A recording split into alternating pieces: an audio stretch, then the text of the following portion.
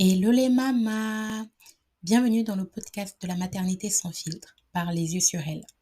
Je m'appelle Reine et je suis maman solo de 3 enfants. Je suis également psychopraticienne spécialisée dans l'accompagnement des mamans. Aujourd'hui, on se retrouve pour parler de rupture amoureuse.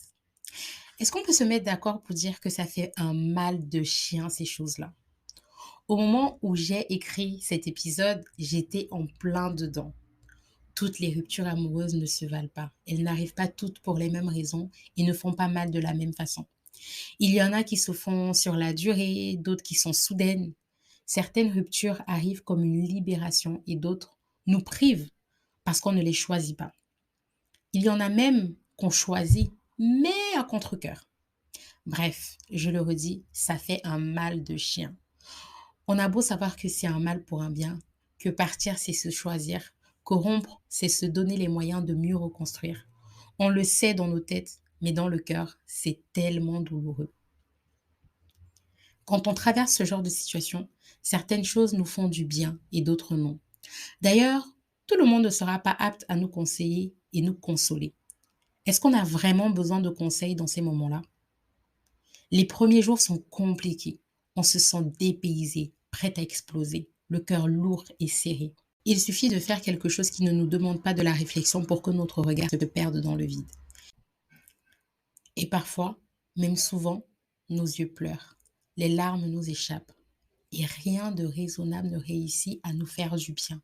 Pas même quand on nous dit que quand même, c'est un connard, hein, et que nous sommes des femmes merveilleuses et fortes qui pouvons dépasser ça.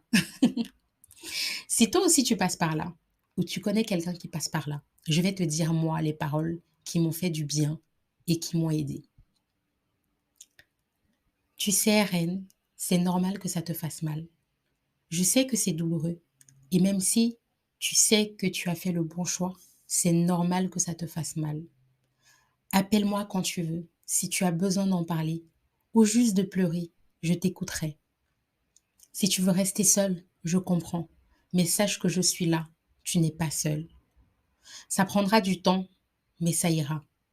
Je suis fière de toi. Malgré tes sentiments et la difficulté de rompre, tu as quand même fait le choix de partir. Bravo. Viens, on va faire la liste des choses qui te font du bien d'habitude. Et on le fait ensemble, ou tu le feras toute seule si tu préfères. Voilà les mamas. J'avais envie de partager ça avec vous. J'espère que mes mots feront du bien à une maman qui vit une rupture douloureuse. Et pour celles qui l'ont déjà vécue, dites-moi comment vous avez géré.